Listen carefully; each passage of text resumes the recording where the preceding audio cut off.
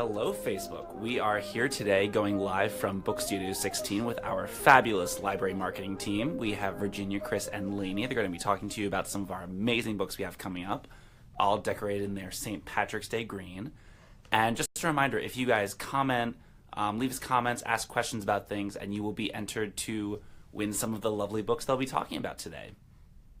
Are we talking about books? I think so. Maybe. Oh, Faith and Bigora. Talk about whatever you want, I guess. Okay. Thank you, Mickey. And thank you all for joining us today on this lovely day before the St. Patrick's Day parade. I don't know. Hey, I'm Virginia. And who are you? Hey, I'm Chris. The leprechaun. And Lainey. The Can't see through Laney Manny Maze. Lainey Manny Maze. The bespeckled Lainey Manny Maze. I do. I love it. You want to play a little bit more music? Yeah. Yeah, we got some Irish tunes going on. Public domain, so we don't get in trouble. Yeah, we're going to talk to you about some books. Is that too loud or is that cool? Bueno? I mean, oh bueno? As the Irish would say. As the Irish would say. So to get in the mood for tomorrow is St. Patrick's Day. We thought we would make a little drinky poo. So we've cut corners and we've started ahead and we put in we're making Irish cream whiskey. So we put in, thanks to my neighbor Ellen, neighbor and friend Ellen. So we put in Irish whiskey, a lot of it, and some sweetened condensed milk and some chocolate syrup, and some instant coffee. So now we're going to whip it up and then we're going to put in this bowl. Pretend this is a bowl. We don't have a budget for a real bowl, so we got some cafeteria. And then we're going to put this cream in there and put it over these glasses, and then we're going to drink this stuff up and then talk to you about books. If the top goes flying off this thing, Scooter, don't yell at me. Oh, man down. Man down. Hold him. Okay. All right. Here we go. Good to go? Good to go, I think. Yeah. Bowl. Bowl or Thing. thing, square box. Square box. It's clean. Oh, all right. That's that. Holy moly. Yeah. Okay, Yeah. and now we're going to put in and we're going to put this recipe up on Library Love Fest. So if you'd like to make this yourself, feel free. 1.5 cups of heavy cream. The beautiful thing, it's appropriate for any time of day. You know, you're right. Yeah. I like the way I measure. Okay, I think it's good. All right, so now we're just going to whip it up with our very, very sur la table plastic spoons. And then we're going to put it over ice. And we're going to have a toast to you all for coming and listening to us. And then we will get to the books. So there we go. I think that's pretty good. I don't know what it's supposed to look like. But this is... Why don't you do the honors one? Yeah. Too? Pour. Pour. All right. Pour it up. Pour from the mixing box. It says stir until it's smooth. Oh, it's smooth. Okay. Looks good. It Yeah. looks fabulous. Is that enough, Lainey? Yeah. It's enough for breakfast. It'll wake you up. All right. So here you go. Thank you. So again, go to Library Love Fest later this afternoon. We'll have the recipe up. This looks divine. And here's wishing happy days to you and yours, whether you're from Ireland or Italy or anywhere. We are all in this big happy planet together. So here you go. Cheers. Cheers. Cheers. Cheers. Chink-a-link-a-link. Ooh, Oh. very good. And we've got Nia watching who says she wants some. Oh, yes you do. We'll have taste division someday. God, that's really good. That's Solid. really good. That tastes like, I don't know, something really good. Okay. So anyway, here we go. So we're going to talk about some books. And who wants to go first? I never like to go first. I like to warm up. I'll head us off. Okay. If you don't mind. Okay. So. You have to do every presentation with an Irish brogue. I forgot to tell you. Is that... I'm not ready. Just kidding. So this is Into the Raging Sea by Rachel Slade. This is coming in May. So Rachel is a Boston-based journalist, really highly regarded, and with this book you can see why. So she's exploring the sinking of the El Faro, which happened in 2015. It was a ship, container ship that sunk. And all 33 crew members perished in this horrible shipping disaster because they basically sailed directly into Hurricane Joaquin in this late fall hurricane. It was devastating, and this is really the definitive account of what exactly happened with this ship and what went wrong. And I think with any nonfiction, when you're exploring something like this, you have to know what questions to ask and frame it in a way that is both interesting but also forward-moving. And Rachel knocks it out of the park. It's really, so you get the day-to-day account of this crew, and they know that the ship is equipped with all this very modern and advanced logistics equipment.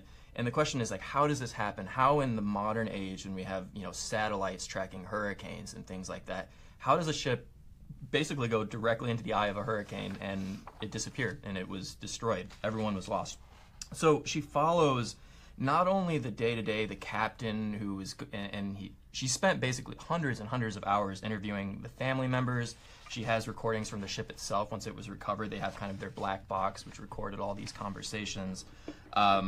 She just immersed herself in what exactly happened. And it has a big picture kind of look at the shipping industry, which is this vital industry for, commerce, and just all the economic pressures to, one, not keep the ships completely up to date, go as fast as possible, save as much money as possible at the risk of all these crew members, but also, again, the personalities involved in the day-to-day and how this basically ended up happening. It's just completely fascinating. Again, the profiles of all these people are so well researched and in depth. It's thrilling, and nonfiction's my weakness, I would say, as far as a reader. I think we all have those kind of spots where we don't read enough, and I absolutely was absorbed into this and loved it. It's just a fast-paced read.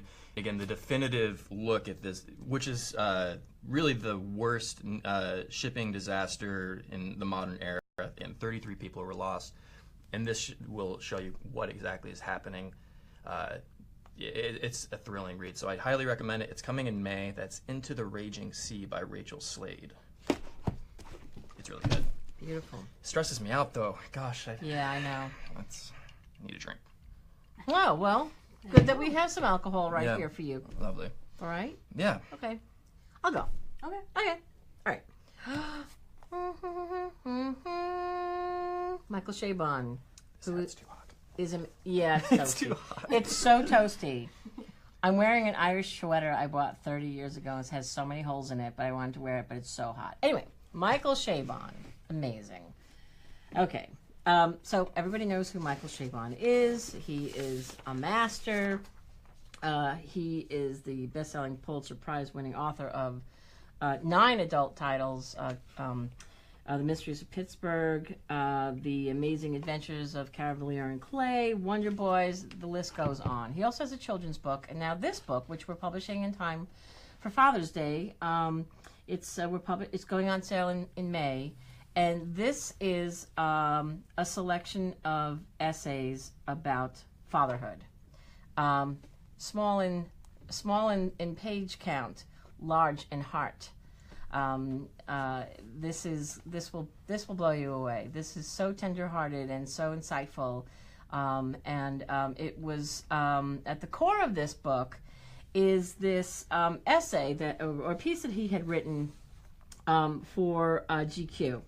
This GQ story is at the centerpiece of this book, and there are 6 additional essays on fatherhood plus an introduction.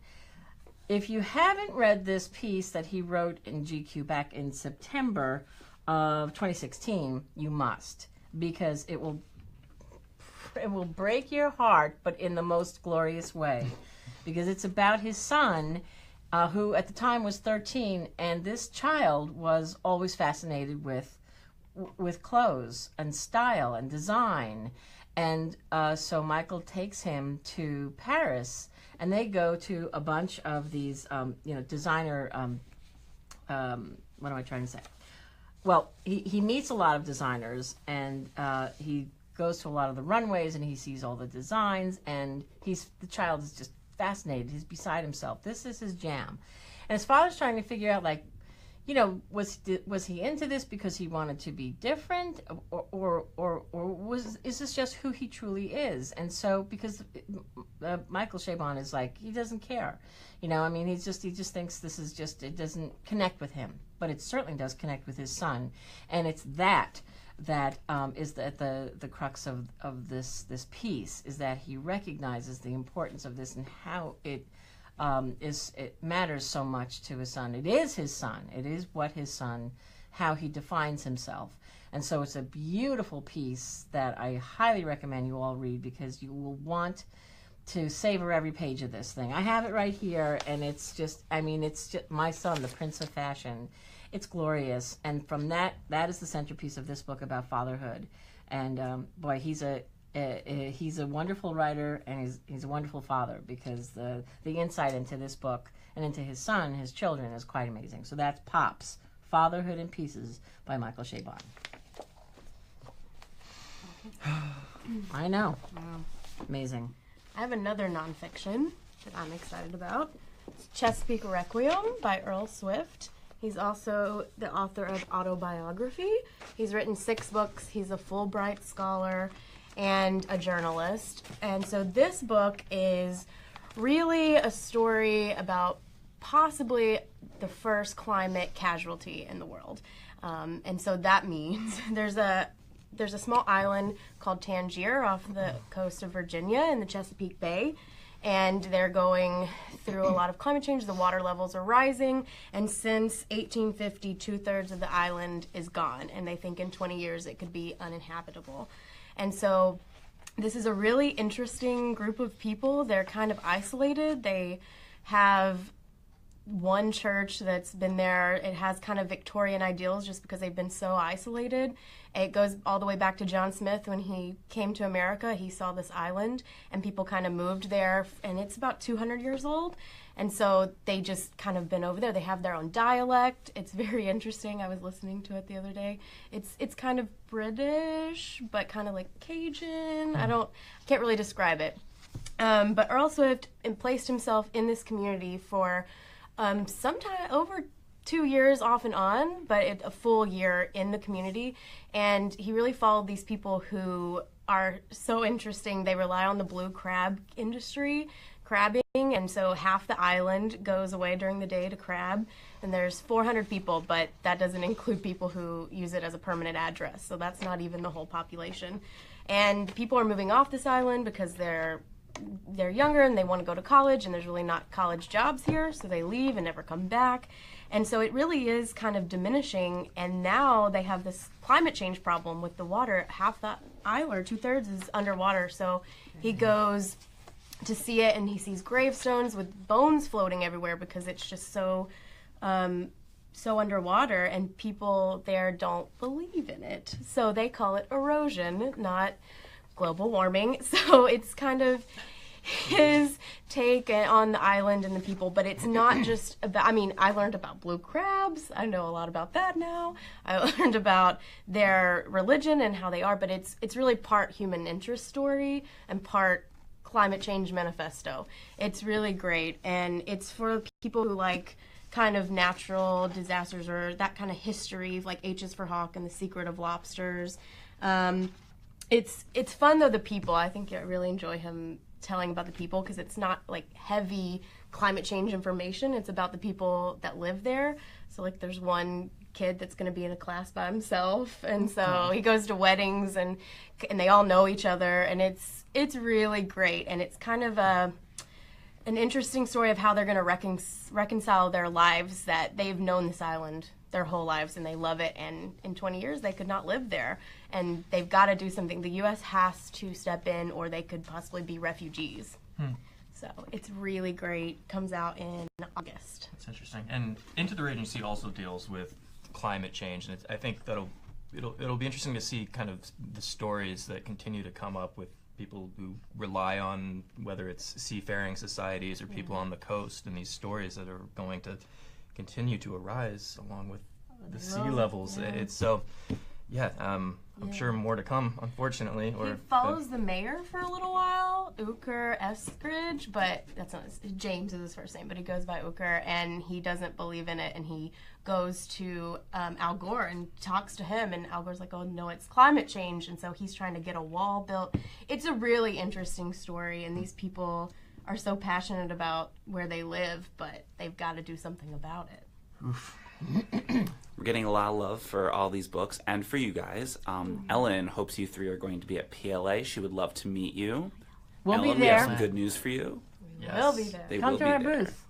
What do you know your booth number? Heck no. 1206. Fine 1206. HarperCollins. Oh, lady, A+. Booth 1206 at PLA next week. Nice going.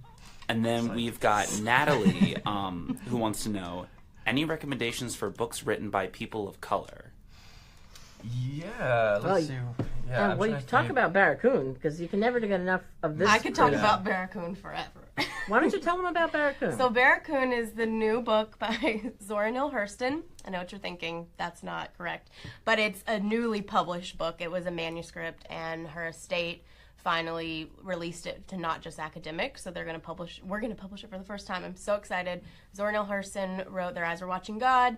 A great story. And it's nonfiction. She wrote about a man in Alabama who was on the last slave ship. So he came here and was a slave for 5 years. He was released after the Civil War.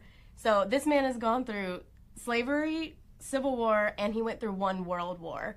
And so he's seen everything, and he's 86. She goes to interview him. He just wants his story told. It's beautiful. He started a town there, and it's beautiful, and I can't believe it hasn't been published. It's going to be so great. And she really she's a folklorist, so she has a good way of using the way he speaks and putting it in, and you can really tell that it influenced her other books. I can tell anyway. So Yeah, that we're really excited that we have that. I mean, that is an uncovered gem. So also a book that I can't stop talking about, which it came out. I actually don't remember the pub date, but we're doing the paperback in the spring, summer. It's called Rabbit, and it's the story of Patricia Williams, Miss Pat.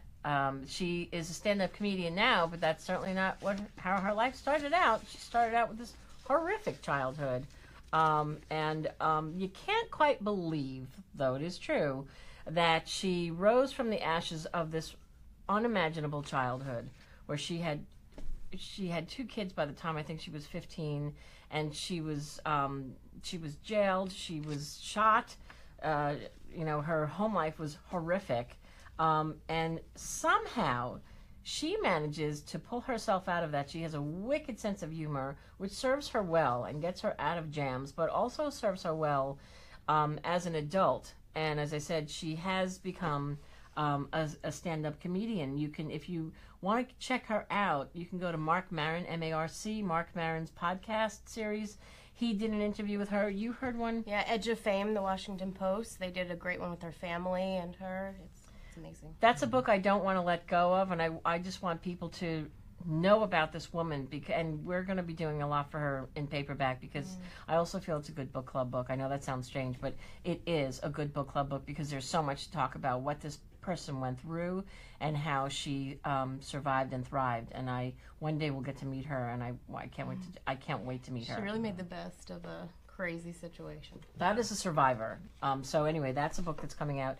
Came out in hardcover in 2017. Will be coming out in paperback in 2018. Yeah. And 2 books that I just want to mention. One, Nikki Drayden, if you're into sci-fi fantasy. Nikki Drayden had a book that came out last year, The Prey of Gods, which took place in South Africa. She's a woman of color, and it's this really fascinating blend of, again, sci-fi fantasy that takes place in South Africa. It got great reviews. We have another book from her coming out, I believe, this year. And then another book that I'm super excited about is Uzodinma Iweala's Speak No Evil, which I think is coming out very soon. And that tells a story of a young man in high school who basically is hiding the secret of his sexuality from his very conservative parents. He's a young black man destined for like great things, gonna go to a great college. But once the secret comes out, everything kind of falls apart, and it's exploring his relationship with his best friend, who is a white woman who has her own problems, and kind of how those two worlds collide. It's so good. Tons of starred reviews, and he's brilliant. He's a doctor. He's eloquent and just really charming and great. So that's a huge book for us. He wrote, Beasts of No Nation. Beasts of No Nations, which was huge, turned into a movie on Netflix. He's great. Yeah, he really is. We've both seen him speak at different conferences, and again, not a huge book. Doesn't matter. Yesterday I did a Facebook Live with Mary Hogan, the author of Left, and if I have time I'll talk to you about it, but I've already spoken about it before. So, and anyway, she was saying that books that are small in pagination mean nothing. If her husband Googled books that were small in pagination and came up with like Catcher in the Rye. So I'm not telling you anything you don't already know, but like Beast of Uzodinma's newest book, Speaking of Evil, is small in pages but huge in heart, like Michael Chabon's, like so many others, like this. So anyway, we're psyched about that book. One of my favorite authors, Joe Hill, says 200 pages is the perfect length. Ocean at the End of the Lane by Neil Gaiman, 200 pages. Joe and I's one of our favorite books. So there you have it. You and your best friend Joe. Yeah. Hey, Joe. Okay, I forgot to mention one thing about Pops because I was so excited about my drink. That Publishers Weekly and Booklist both gave it a starred review. And also, I have this really great quote from a librarian in Seattle, at Seattle Public Library, Lillian Dabney. And I just want to read it to you because I think it says everything about Pops. And then we will move on. I'm sorry, but I just need to read this. Reading Chabon is like listening to music, a symphony, in fact. His prose washes over and through me and fills me with happiness. He is such an amazing writer. Much like his previous collection of essays, Manhood for Amateurs, he is deeply serious and reflective about fatherhood. Yet this portrait is more intimate, such that by the end I felt I'd become friends with his children. This signature piece, written initially for the September 2016 issue of GQ magazine, where Chabon accompanied his 13-year-old son to Paris Men's Fashion Week, is just as enjoyable now as it was initially. The 6 additional essays that round out the collection are all in Chabon's magical, iridescent prose. I loved it so much, now craving a novel from Chabon. Hope he is working on something. Smiley face. Anyway, I just wanted to let you know that and fill that out because I can't say enough about it. So they did. Now, we'll move on to somebody else. I can go. Let's see. Okay, the next one I want to talk about is Mystery of Three Quarters, which is an Agatha Christie novel, but it's written by Sophie Hannah. And you might know Agatha Christie from a small movie called Murder on the Orient Express. Everyone's super excited about it, so you're going to be, there goes a marker. So Sophie Hannah wrote the first novel to be kind of given the rights to use the Hercule Poirot character, which is a big, lovable character. He's a detective in Agatha Christie's books. She wrote the Monogram Murders using this character, and then the sequel is right here, Closed Casket. So this is the third book to use this character, but it's something totally different. So in this book, Poirot is walking down the street, and a woman runs up to him and says, "How dare you tell me I murdered somebody and write me a letter?" And he's confused because he didn't say any of this. And she said she tore up the letter, but that's what it said, and she's very upset. And so he goes home thinking it was a one-time mistake or someone knew him, but he gets home, and by the end of the next day, 4 people altogether have come and said that they wrote him kind of a similar letter, but all accusing them of murdering the same person, Barnabas Pandy. And so not only are these 4 people being scammed, but they're using Poirot's name to say that, and I guess that tells you how good of a detective he is if his name is written on something, they believe him.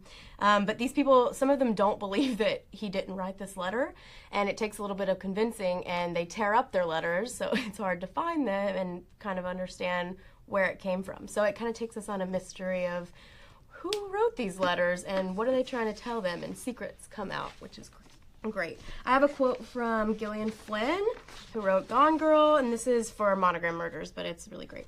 We Agatha Christie fans read her stories, and particularly her Poirot novels, because the mysteries are invariably equal parts charming and ingenuous, dark and quirky, and utterly engaging. Sophie Hannah had a massive challenge in reviving the beloved Poirot, and she met it with heart and no small amount of gray cells.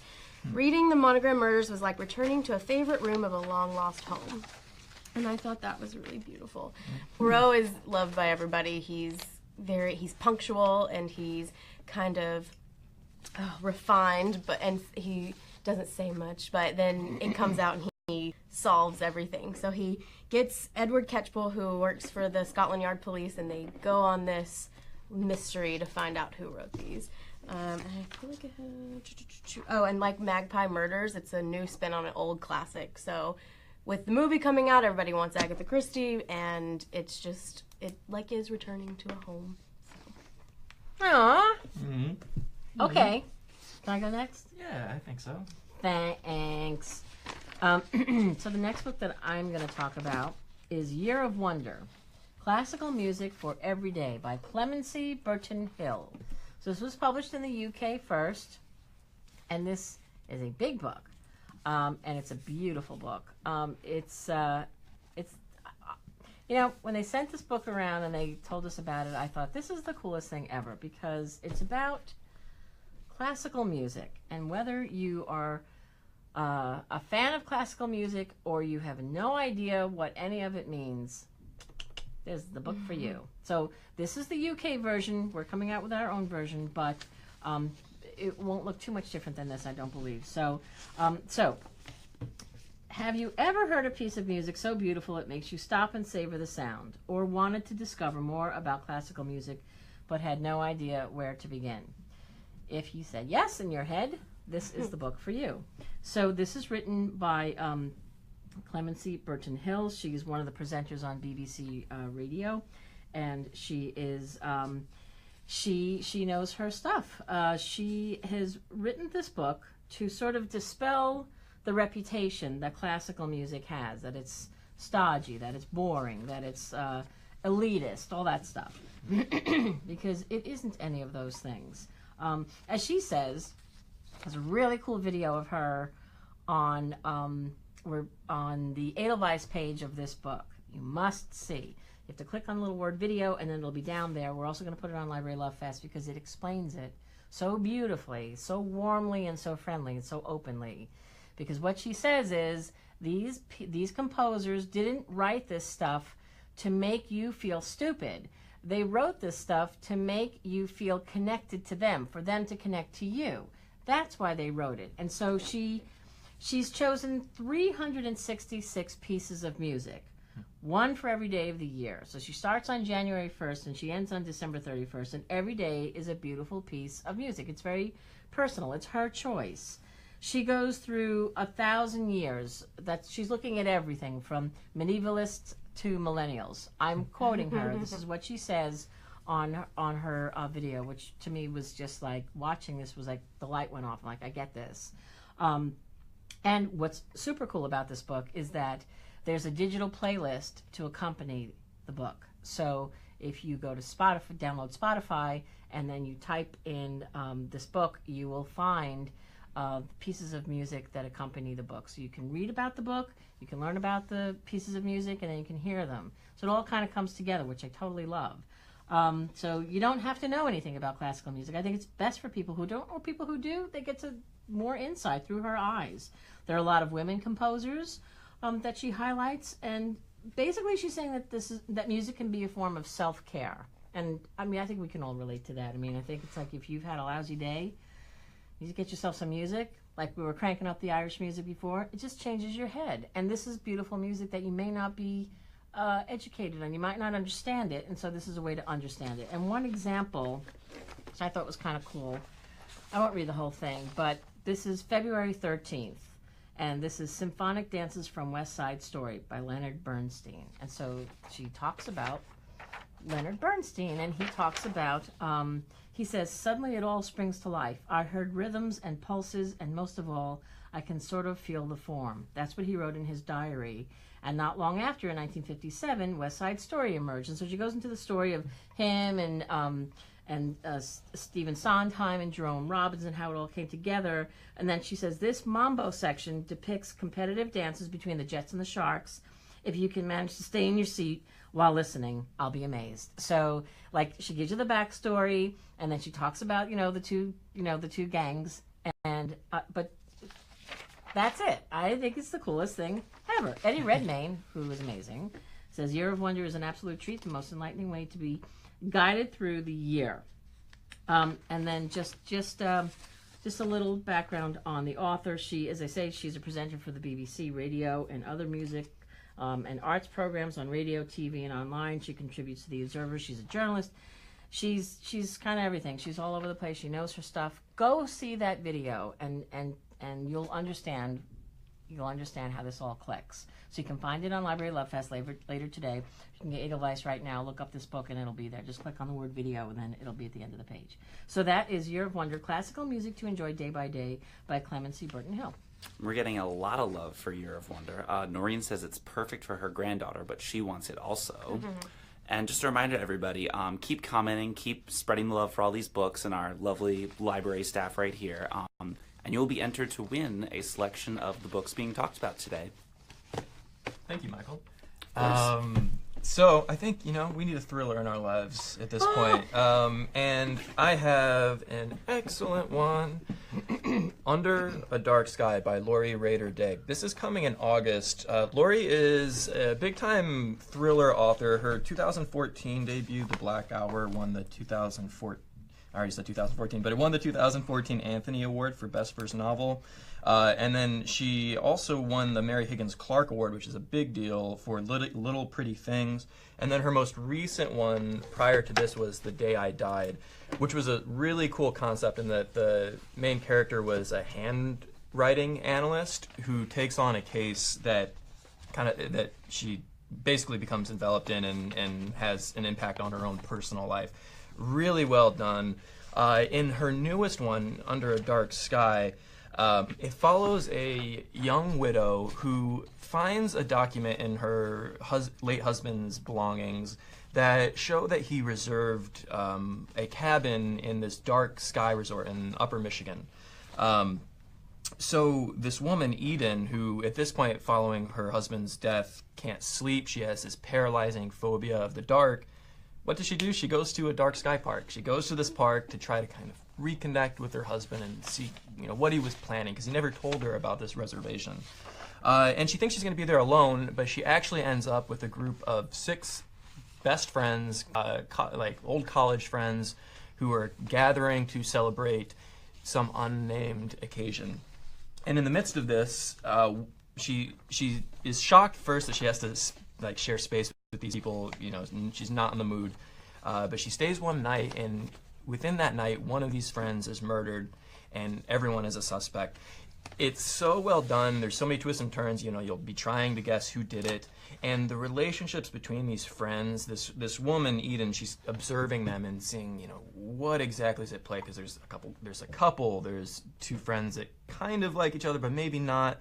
And then you have the main golden boy who leads the group and his new girlfriend, and no one is what they seem. And it's again, I love the setting, I love the concept in this dark sky park, and then Eden, who is somewhat unreliable and really at wit's end, and her psychological status at this point is questionable.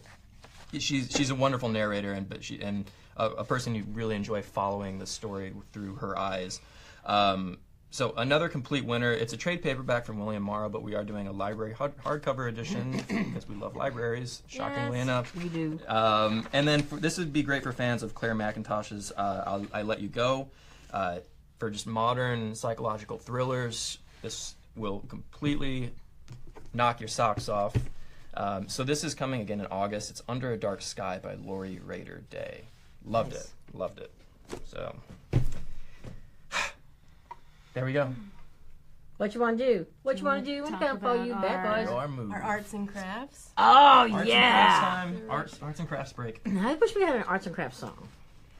Arts can and write crafts. one. Oh, arts and crafts. We love to craft, and I'll stop. Arts and I'm sorry. crafts. I'm sorry to anyone watching at home. At the end, I we'll say apologize. arts and crafts. I'll Oh my let God. myself out. I don't know what to do with these two. So the we have whiskey. a really Yeah. fun book called How to Draw Characters for the Artistically Challenged. And it has fun things you can draw and it gives you ideas. But we have some coloring sheets we printed out from the book. And somebody can do a wrapper. Oh, Who that's wants the so much wrapper? fun. Chris, I'll do the you should do wrapper. the wrapper. Okay. We have a hipster. I can't do that. I'll do that Wait, what one. am I? Oh, I see. And then we have a mermaid. I'll do the mermaid. Ooh. All right. So the idea of this book. So here. So we thought that this book was super fun because it's just something silly to do, but it's also it's really a beautifully designed book. And so we thought what would be fun is if for us or for anybody else, you could make color copies of this because once you do it right in the draw in the book, it's done. So the suggestion I would make to you and all your friends who want to sit around and drink Irish whiskey and make pictures is to make copies of this, and then you can go and have your fun. But look how much fun this is. So you've got Elvis, and you can do whatever you want with him. A pretty dancer. Like I think that's fun. Yeah, Do you? I do. I love it. Park Avenue Princess. Yeah. And it gives you ideas, but it doesn't restrict you. You can add whatever you want on it. Right. I don't know. We just thought, Yeah. obviously maybe not a library book so much, but for sure, for a great gift to have fun with your friends. You could all hang out and just do this kind of stuff. Here's the mermaid. I'll give it a shot. But anyway, we thought that this would be fun to include. And anyway, so we did. What do they have at the back? I guess they have all the collection of everybody, all the faces at the end. So did you see that, Lainey? Yeah, I did. Cute, I right? love it. It was a fun book. It is It's a fun. super fun Yeah. book. That's Harper Design. They do some beautiful books. This might be a good time to segue We have a few books. into another Harper Design book. Which one are we talking? Well, should we do the mermaid book, and then Yeah, and and then then go in, I- and then Yeah, Yes. we have things for you. we have We a have treat for things. you. You're gonna like this. So this is another Harper Design book. It's called the Mermaid Handbook, and it's gorgeous. It's got like pretty things on the side, and it's the history of mermaids. So it's got recipes and all kinds of things. I marked the page you were talking about. Oh, the Wiki Watching. Yeah. So last summer, I went to the Wiki Watchy Mermaid, amusement park in Florida, and I'd heard about this for years, and finally went, and it was amazing. So if you haven't been, you should totally go.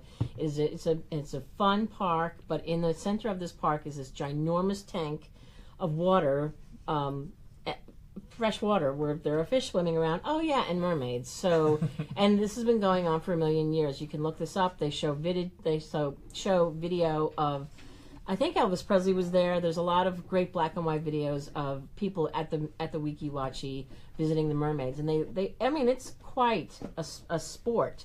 I mean, we actually watched them rehearse, and it was pretty amazing. Where they have to be pretty coordinated to do that. You're swimming, you're twirling, you're doing all this stuff, you're drinking underwater, and plus you have to suck air through a hose so you don't die. So, but it's super, super fun. So, this Wiki Watching Mermaid, this was Vicki Smith when she was 17, and this is her 60 years later at age 77. How cool is that? That is so cool. So that's just one of the many things that you will find. I think mermaids are a hot topic. Mermaids are not going away. So this is published by Harper Design, another wonderful gifty book. It's just absolutely beautiful. Look at it. It's beautiful. So And you can learn how to draw a mermaid. Let me say. There's a mermaid on yes, the jacket. I will do the mermaid Yes. I'll quit talking. So, all right, now, so that's that. So we're doing a little mix-up of fun things, and again, I would make copies of these before you go and use up the book for this. And Chris, I believe, how did you make out with your picture? Yeah, if you I mean, it's horrible because I am artistically challenged, but I'm most proud of his chain because do you see that? I don't know, you have to be of a certain age, but this S thing right here. Oh, the Superman S? Is that the Superman S? I just remember doing Well, I mean, that all over my we call it that, binders but it and was folders totally in not high the school Superman S. Not high school. Yeah, I grew up very late. So high school and grade school No. primarily. That was, yeah, that and Dragon Ball Z characters on my notebook, and that's You're that pretty was my fancy life. if you can do that. Yeah, I'm proud. My mermaid has no arms. But it You doesn't, see my hipster? doesn't make her a bad person. As So, funnily enough, it's a Hercule Poirot mustache Oh, is nice. written on there, so that's what I gave It's him. weird Very how things nice. come full circle. It's super fun. So, okay. So now we've talked to you about how to draw for the artistically challenged. We've talked about mermaids. And Harper Design has another book coming out. Chris, do you want to talk about it? I do, and it's funny. You know one thing about mermaids? What, Chris? They can't wear pants. And you know what? We What? have a book for people who don't like to wear pants.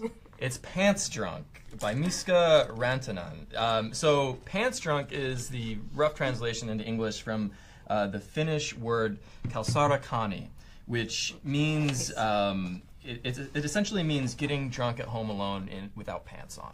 And Only I way to think- do it. we all need nights like that, you know. Every night of the week.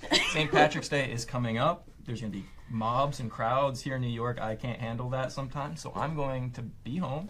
What am I going to do? I'm going to slip off my pants. And here, I'm going to give you a play-by-play so you can take this and apply it to your life right now. This is what you do. Peel off your clothes down to your underwear.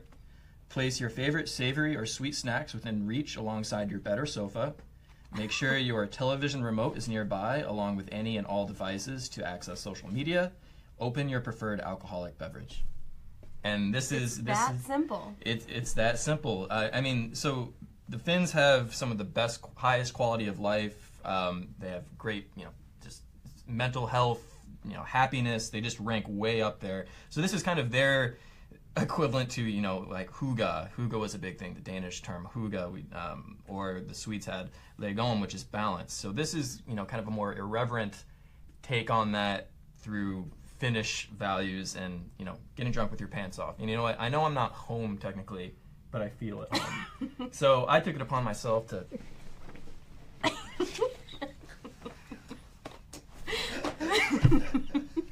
I feel at home, and now I am literally practicing the art of kalsarakani. I think you all should, too, join me in this.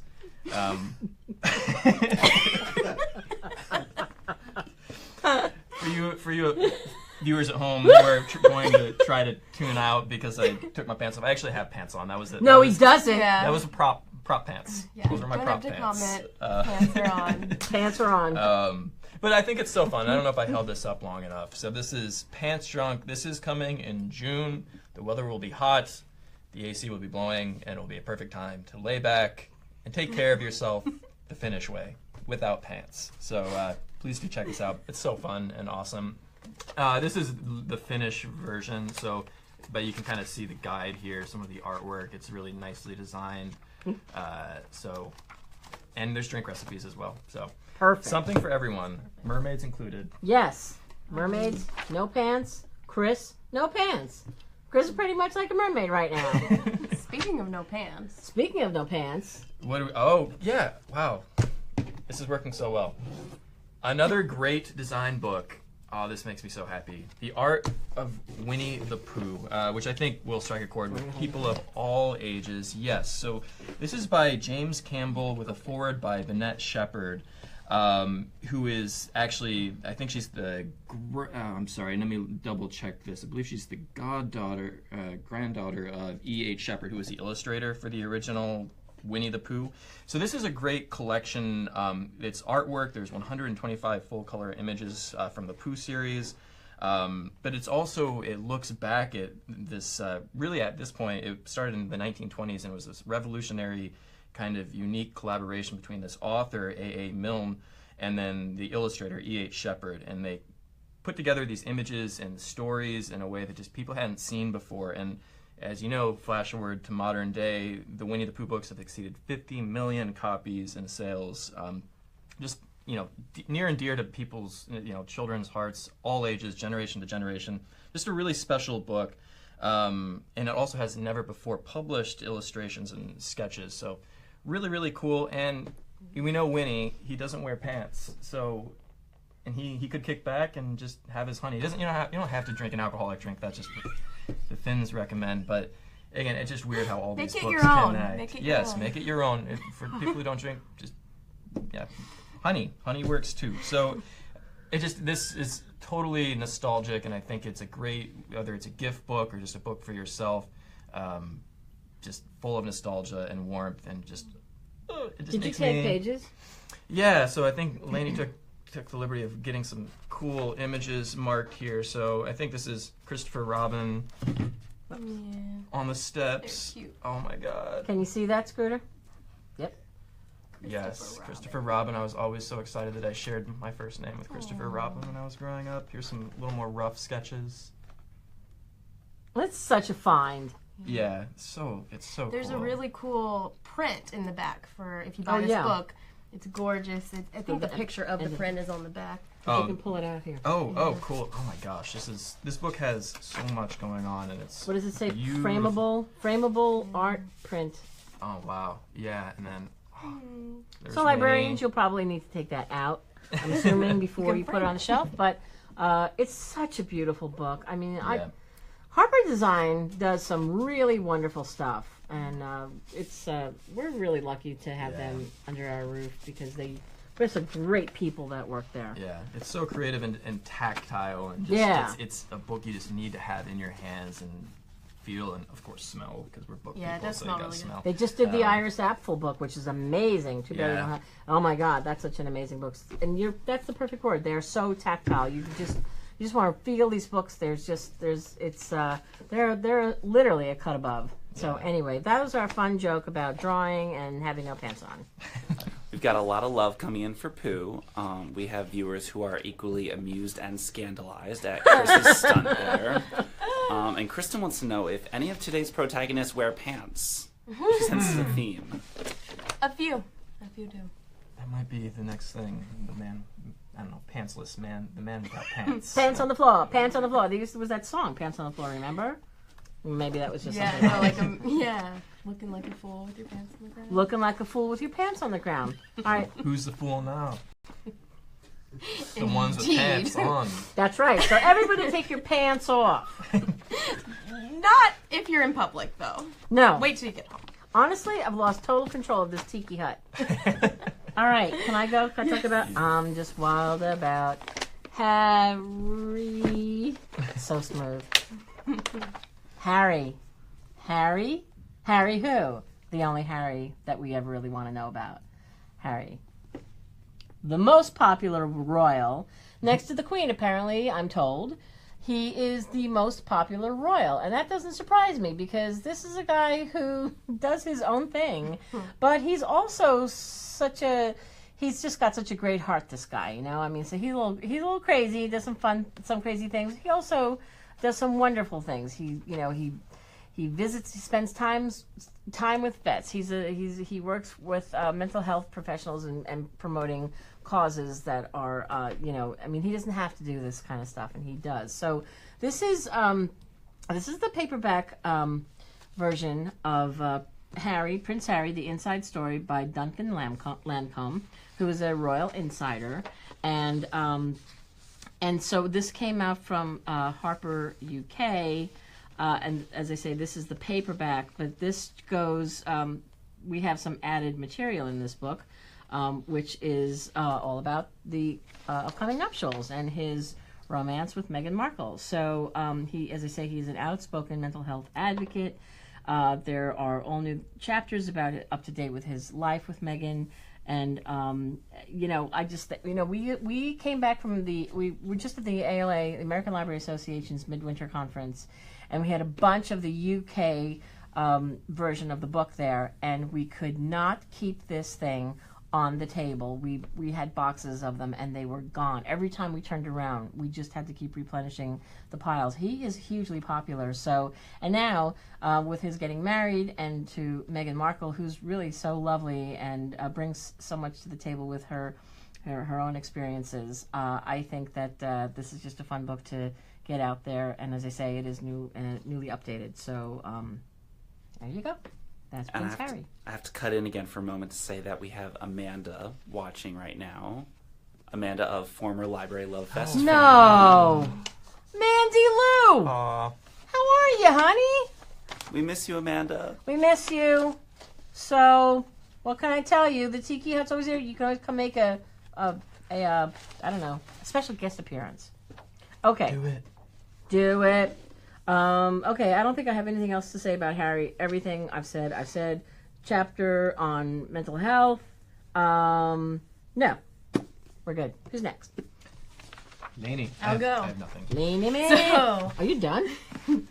It all happened so fast. Oh my god, that's hilarious.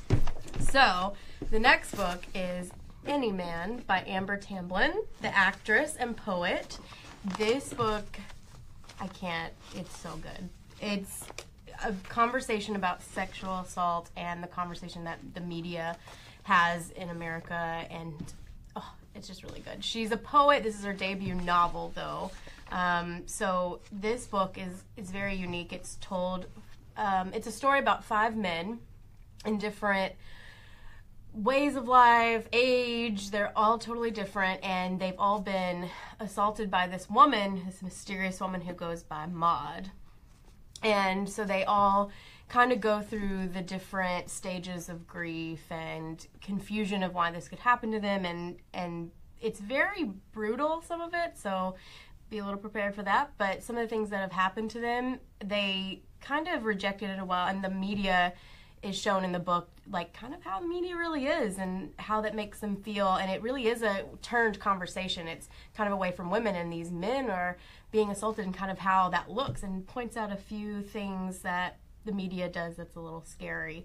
And so these men, after they kind of reconcile what happened, they kind of find that they need each other, and they use each other as a way to get over this, and becomes outspoken in the media, which I think happens a lot too.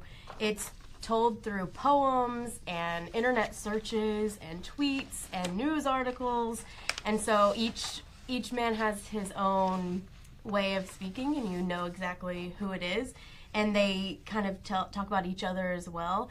It's really good. I can't recommend it enough. She's been so outspoken in the Me Too movement and the Time's Up movement. She shared her sexual assault story on the internet, and so she knows what she's talking about and how it made her feel, and I think it's going to be something that a lot of conversation is around. Okay. And you really done? It all. Oh my god, that is so funny. That was like a Christopher Palooza. All right, so we'll go quickly because it's 25 after, so maybe we'll save some books for next time, but one book that I want to talk about is The Bar Harbor Retirement Home for Famous Writers and Their Muses by Terry Lynn DeFino. Yeah? Yep.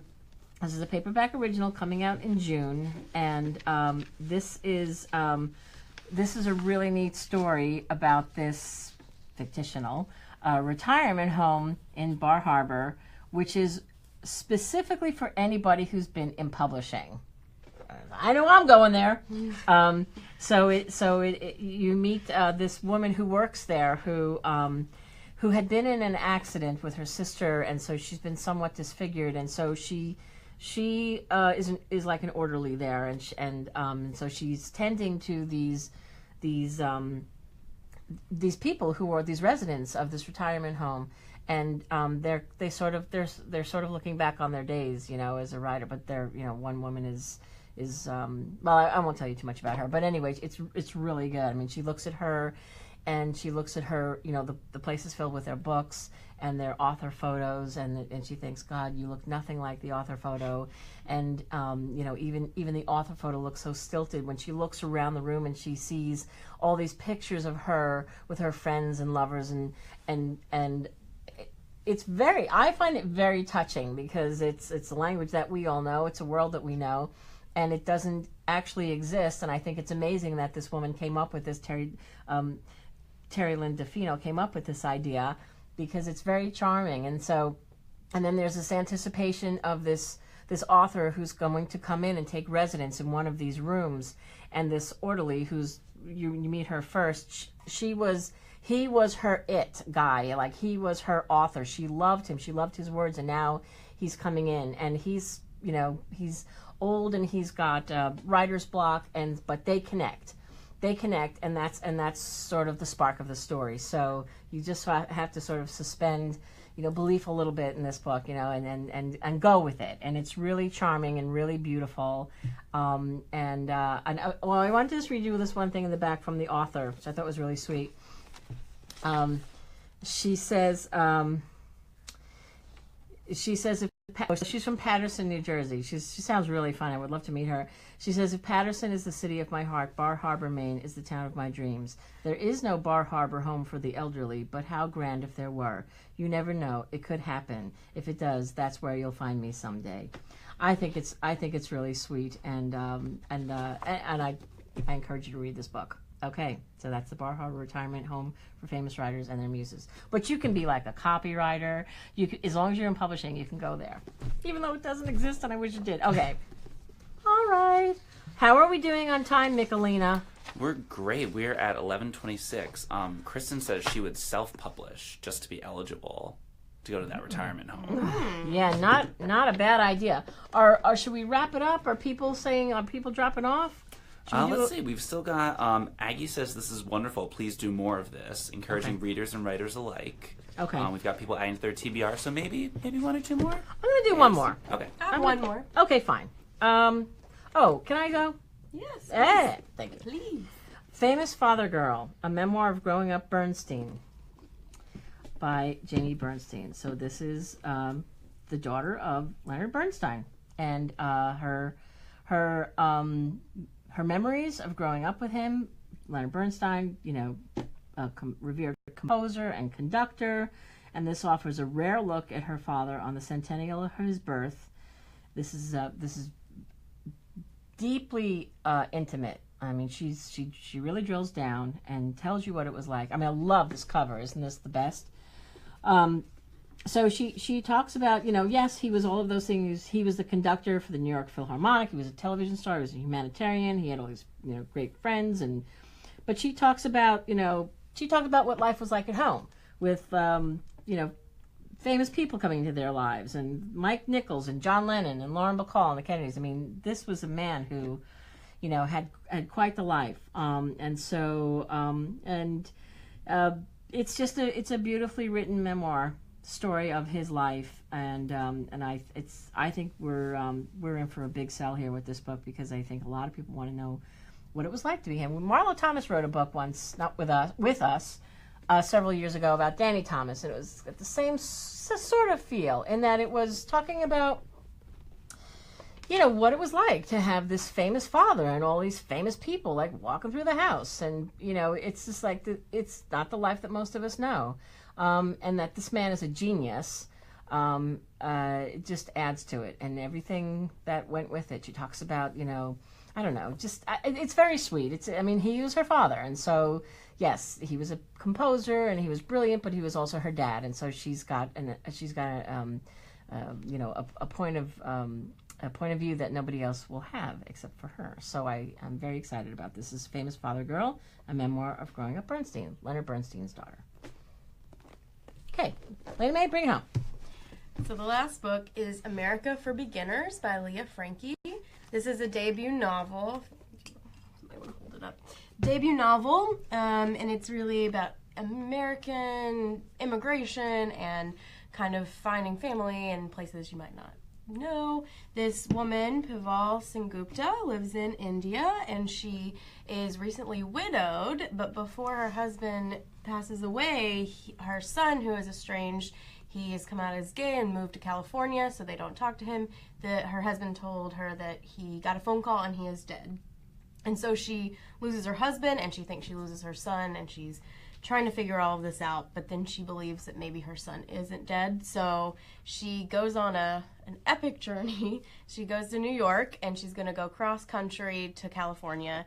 And when she gets there, she kind of a haphazard travel agency puts her together with an aspiring actress and a young tour guide who has never been out of the 5 boroughs of New York City. She's lived there a year. So a tour guide of America, that'll be interesting. And so it's really about like the American dream, and it's up there with Americana and Behold the Dreamers, Native Speaker. Those are, if you like those, you're gonna like this one. And I've heard it described as armchair traveling, so you get kind of a travel while you go through. Yeah. Yep. We're excited for this one. And she loves libraries. Oh my God. She came right? Yes. She came into the video studio, shot a wonderful library and talked all about her love for her library. And it was very heartfelt, very sweet. So, yeah, cool. Do you want to crank up some tunes as we take us out? So, so that's it. We hope that these were helpful to you. We hope that you liked them. Are there any questions, Mickey, or should we say bye-bye? No questions, just lots of love. I think they could listen to you guys all day. Well, maybe they can listen to this music instead. They Crank could. that puppy up. And drink some coffees and be with you in spirit. Happy St. Patty's Day. Have a lovely day.